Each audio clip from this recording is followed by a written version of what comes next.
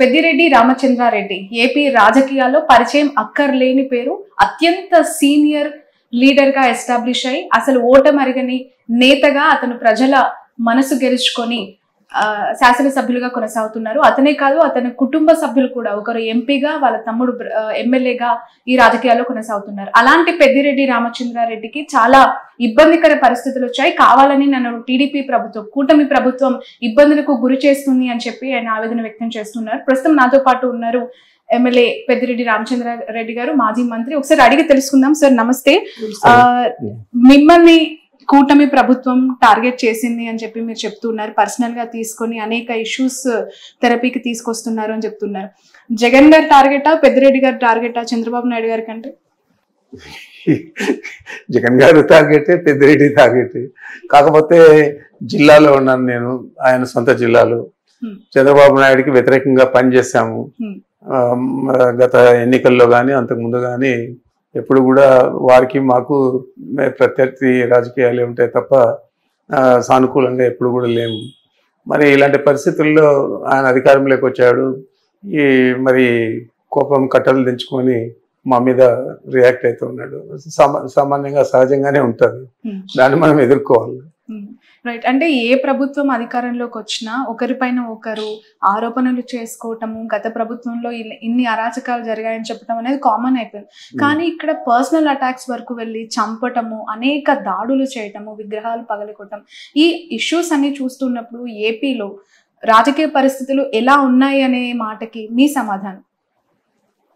రాజకీయ పరిస్థితులు అనే దానికంటే ఒక శాంతి భద్రతలు అనేది పక్కదోవ పట్టింది. పోలీసు వ్యవస్థ అంతా కూడా కుప్పగూలిపోయింది. చంద్రబాబు నాయుడు చెప్పు చేతల్లో అధికారులందరూ కూడా విలువెల్లాడిపోతున్నారు. మరి చంద్రబాబు నాయుడు ఏమో కక్ష సాధింపు చర్యలకు పూర్తి స్థాయి ప్రాధాన్యత ఇస్తా ఉన్నారు. మరి మీరంతా కూడా చూశారు, మా నాయకుడి ఆధ్వర్యంలో, జగన్మోహన్ రెడ్డి గారి ఆధ్వర్యంలో ఢిల్లీలో కూడా మేము ధర్నా చేశాము. అక్కడ వీడియోలన్నీ కూడా దేశ రాజకీయాల్లో ఉన్న సీనియర్ నాయకులకి అందరికీ కూడా చూపించడం జరిగింది. వారు కూడా వాళ్ళ అభిప్రాయాలు వ్యక్తం చేయడం జరిగింది. అదేవిధంగా నేషనల్ మీడియాకంతా కూడా అవన్నీ కూడా చూపడం జరిగింది. మరి ఎంత దారుణంగా బీహార్లో కానీ ఏ రాష్ట్రంలో కూడా భారతదేశంలో ఇంతవరకు జరగలేదనేది ప్రతి ఒక్కరి ఆలోచన కూడా. కూటమి ప్రభుత్వం ఇచ్చిన హామీలను అమలు చేయటానికి రాష్ట్ర ఖజానా ఖాళీగా ఉంది, నా మీద చాలా బాధ్యత ఉంది, ఇవి అమలు చేయాలి అంటే లాట్ ఆఫ్ ఫైనాన్షియల్ నీడ్ అవసరం ఉంది అని చంద్రబాబు నాయుడు పదే ప్రతి ప్రెస్ మీట్ లో చెప్తున్నారు.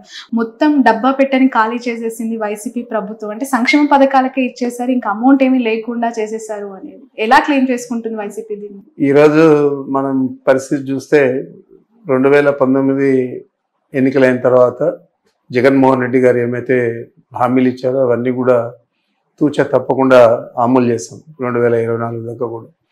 దాంట్లో ప్రధానంగా మనం చూడాల్సింది, ఆ రోజు కేవలం 100 కోట్లతో మనం రాష్ట్ర ఖజానాను తీసుకోవడం జరిగింది. మరి ఈరోజు 1000 కోట్లతో రాష్ట్ర ఖజానా జగన్మోహన్ రెడ్డి గారు చంద్రబాబు నాయుడుకి అప్పగించారు. మరి ఆయన సూపర్ 6 హామీలు ఇచ్చాడు. మరి ఎందుచేత ఆ హామీలన్నీ కూడా ఆయన అమలు చేయడానికి సంకోచిస్తూ ఉన్నాడు? ఎంచేత అన్నీ కూడా పోస్ట్పోన్ చేయడము లేకపోతే వదిలేయడం చేస్తూ ఉన్నాడు? మరి ఇవన్నీ కూడా రాష్ట్ర ప్రజలంతా కూడా గమనిస్తూ ఉన్నారు. ఓకే, చిత్తూరు జిల్లాకు సంబంధించిన నాయకుడు పెద్దిరెడ్డి రామచంద్రారెడ్డి. అలాంటి ఒక నాయకుడిని సైట్ చేస్తే, లేదంటే తనని కొంత తక్కువ చేస్తే రాజకీయంగా నాకు తిరుగుండదని ఒక భావన కనిపిస్తుందా? లేదు అంటే గతంలో నిజంగానే మీరు తప్పులు చేయటం వల్లనే ఇప్పుడు ఎత్తి చూపిస్తున్నారని? ఈ రాష్ట్ర ప్రజలకు అందరికీ కూడా ఇందాక నేను మీడియాలో చెప్పాను, మేమేం కూడా తప్పు చేయలేదు. ప్రత్యేకంగా మా జిల్లా ప్రజలకు నేను చెప్పుకోవాల్సిన అవసరం లేదు, వాళ్ళందరికీ కూడా నా వ్యక్తిత్వం గురించి బాగా తెలుసు. మరి ఇలాంటి పరిస్థితుల్లో కేవలం ఏదైనా రాజకీయంగా మామూలుగా ఒక పార్టీ తరఫున పనిచేస్తాం తప్ప ఎప్పుడు కూడా ఇండివిజువల్గా వ్యక్తిని తీసుకొని అతని క్యారెక్టర్ హననం చేయడం కానీ, మరి ఆ వ్యక్తిని టార్గెట్ చేసి కేసులు ఇరికించడం కానీ, ఇది ఎప్పుడు కూడా మా పార్టీ కానీ మా నాయకుడు జగన్మోహన్ రెడ్డి గారు కానీ చేయలేదు. చంద్రబాబు నాయుడే కాదు, ఏ వ్యక్తి మీద కూడా చేయలేదు.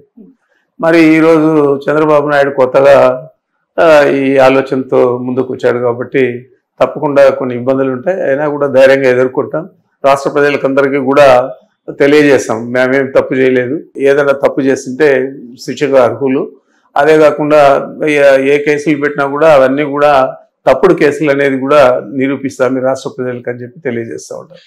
సార్, యాక్చువల్గా నాయకులే ఇంత ఇబ్బందులు పడుతున్నారు, కేసులను ఎదుర్కొంటూ ఉన్నారు, అరెస్టులు అవుతున్న పరిస్థితి. కార్యకర్తలకి ఇలాంటి సమయంలో ఎలాంటి భరోసా ఉంటుంది, ఎలాంటి ధైర్యం ఉంటుంది మీతో కలిసి పనిచేయడానికి? కార్యకర్తలందరూ కూడా ధైర్యంగా ఉన్నారు. వాళ్ళందరూ కూడా వైఎస్ఆర్ కాంగ్రెస్ పార్టీకి పూర్తి స్థాయి మద్దతును ఇస్తూ ఉన్నారు. దాంట్లో ఎలాంటి ఇది లేదు. మా నాయకుడు జగన్మోహన్ రెడ్డి గారి మీద విపరీతమైన ప్రేమ అభిమానాలు ఉన్నాయి. మీరే చూశారు, సీట్లు తక్కువ వచ్చినా కూడా మాకు 40% ఓట్లు వచ్చాయి. కాబట్టి మా ప్రజల్లో వైఎస్ఆర్ కాంగ్రెస్ పార్టీ మీద పూర్తి విశ్వాసం ఉంది. చిన్న చిన్న ఇబ్బందులు, పెద్ద పెద్ద ఇబ్బందులు ఎదుర్కొనే కార్యకర్తలందరూ కూడా చాలామంది ఉన్నారు. అయినా కూడా మొక్కవని ధైర్యంతో వాళ్ళు వైఎస్ఆర్ కాంగ్రెస్ పార్టీకి అండగా జగన్మోహన్ రెడ్డి గారికి తోడుగా నిలబడుతూ ఉన్నారు. Modern businesses pose several challenges, and it is imperative that I am ready to face them. The course curriculum, infrastructure, and faculty at Sun is the perfect grooming ground for me. Sun International, Hyderabad, Visakhapatnam.